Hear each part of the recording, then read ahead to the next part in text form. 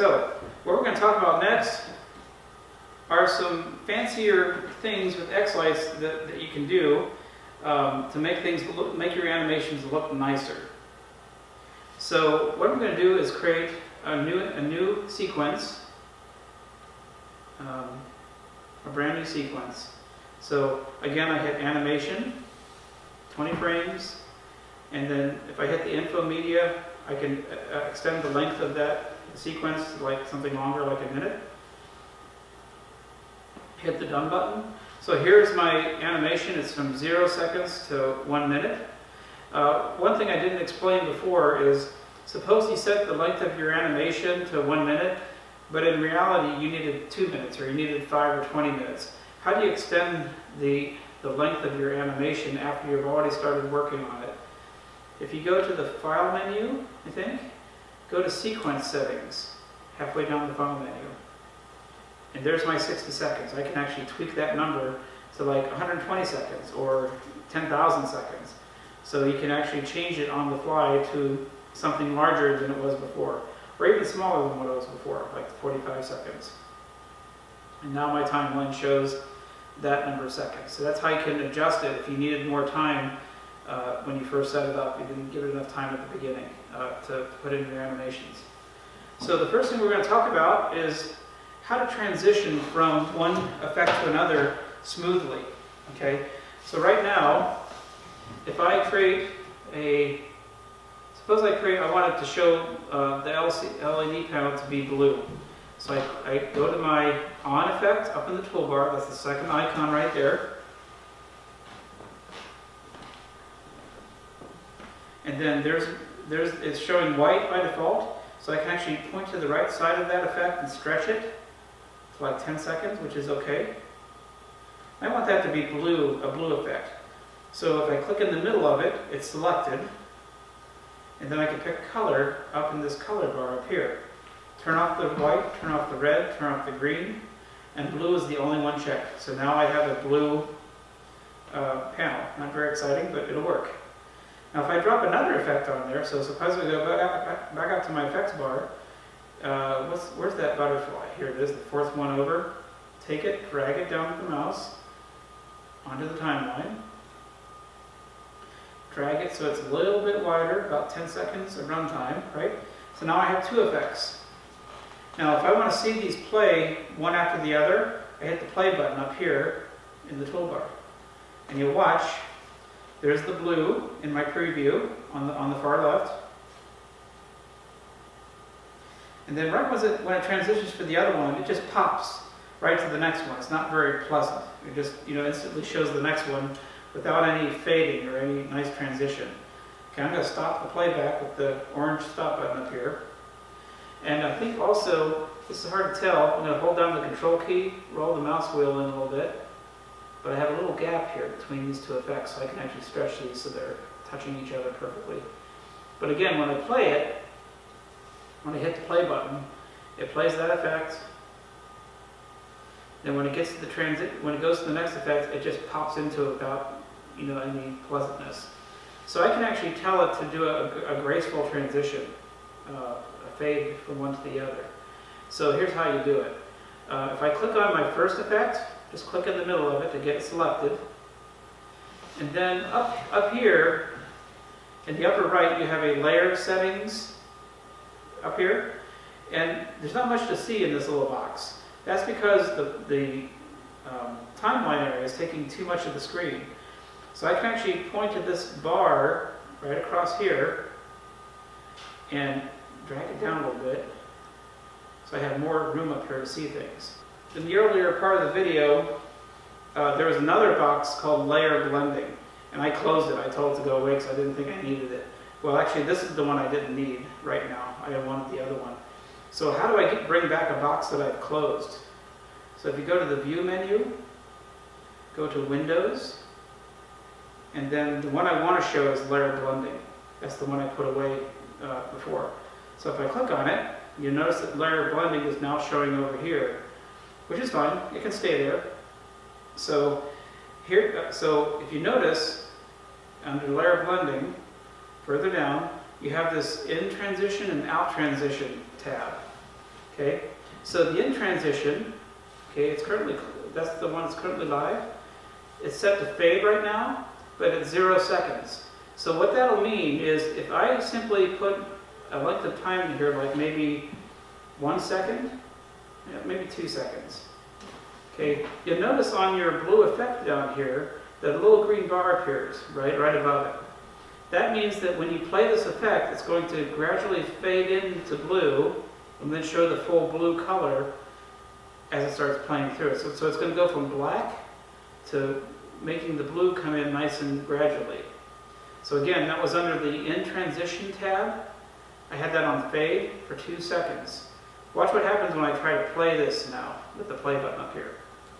See how the blue slowly comes in? All right, let me stop it.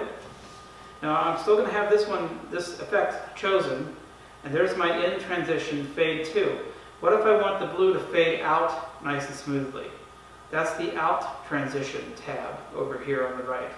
So if I click on it, it defaults to fade, which is what I want, and I'll set that to 2 seconds. And you notice down in my timeline, there's a red bar at the end of my transition. So if I play the sequence now with the play button, it fades in nicely to blue for a few seconds, and then when it gets to here, it's going to fade back to black. See? But then it pops into the next animation real quick, which isn't very pleasant. So how do I fix that? This is fading in nicely, and the blue is fading out nicely, and I want the butterfly effect to fade in and out. So if I click on it, click the middle of it, and then go up to my layer blending window, it's defaulting to Out Transition right now, and that's fine. It's set to fade, set to 2 seconds. There's my red bar that appears down here. Then under Out Transition tab right here, click on In Transition. That's the beginning of the effect. It's on fade, set it to 2 seconds, and I got my green bar. So now, watch what happens when I play it. It fades in nicely to blue on my timeline. When it gets to the transition, it'll fade out of the blue and fade nicely into the rainbow. So much more pleasant. And when the rainbow is finished, right here it'll fade out to black. Okay, so that's one concept that helps with making things look nice. Now, another thing I'd like to teach you is how to put multiple effects together like layers. So if you remember the days of old school stuff where you had transparency projectors, and your teacher would have your information on these clear plastic sheets, and they would put them on the overhead projector, and then it would show up on the board. They could put multiple clear sheets on top of each other, and all of those different images would blend together as one image on the projected screen. So you can do that with X-Lights too. You can actually you can combine effects where they all blend together into one image. So let's try this idea. Now normally, let me create a new sequence, file new. The one I've been working on I don't really want to save, so I'm going to hit discard. New animation, 20 frames. I'll leave it at 30 seconds, so I'm just going to hit done. Okay, there's my new sequence right here. So what I want to do is I want to have moving text. Okay, how do I do that? On my effects bar up here, it's at the very end. It's to the left of that green little tree. It's called text. So hold down the mouse button, drag it onto my timeline. Drag it out so it takes more time right there. Now by default text doesn't show any text because I didn't tell it what to say yet. So all I have to do is on this side of the screen, this is a little bug with X-Lights. I can't scroll down. Oh yeah, I can. It's not a bug at all. I intended. So it's hard to see with all this stuff here. So I'm going to move things around a little bit. The layer settings window here, I'm not really going to use, so I'm going to close it. And I'm going to take my house preview and, okay, that's adequate. So here's my text effect right here. Once I clicked on it, these are all on the left is all the properties of that text effect. So I can show you. And one of the fields, if I scroll up and down here, if I scroll to the top, is the text field. So if I click on that, this is where I can say what I want to say. Like shunts. Thinkorspace. Now you notice that it's blue text because I have blue picked up for my color. I'm going to change it to white. See? Oh, it's white and blue. Well, that's because I have two colors picked up here. I know I want white only. See? And I want that text to move. So down in my properties here, I can go scroll down to movement, pick left, and then I can adjust the speed if I want to. That bar right there. So by default, the text effect shows the color of text you've chosen on the black background. But what if I want that to show up on a different color background, like blue? This is where I can create multiple layers of effects. So here's how you do it. If I point to Colossus Micro, this is the name of my model that I've created. Your name might be different, but that's okay, it won't hurt anything. If I hit the right mouse button there, you're going to see a menu appear. So again, to do that, I pointed to the name of the model right here, hit the right mouse button, and I'm going to choose Insert Layer Below. Okay? So now I have two lines that I can drop effects onto, and they'll blend together. So which of these effects will give me a blue background? That is the On effect, which is the second one over on my effects toolbar. See that white box there? So if I drag that effect onto the second line, below text, at the beginning, and then I drag it out, so it's the same length as the one above it, and right now it's defaulting to white, so I'm going to choose blue, turn off the white, like that. So now you'll see in my preview I have a blue background with white text. That's how you combine effects together. Okay? Let's try that again with something more exciting. I'm going to take the blue effect here. I clicked on it. If I hit the delete key on the keyboard, it removes it. Let's put the Chance text with flames on the background. So here's my flames effect on the toolbar.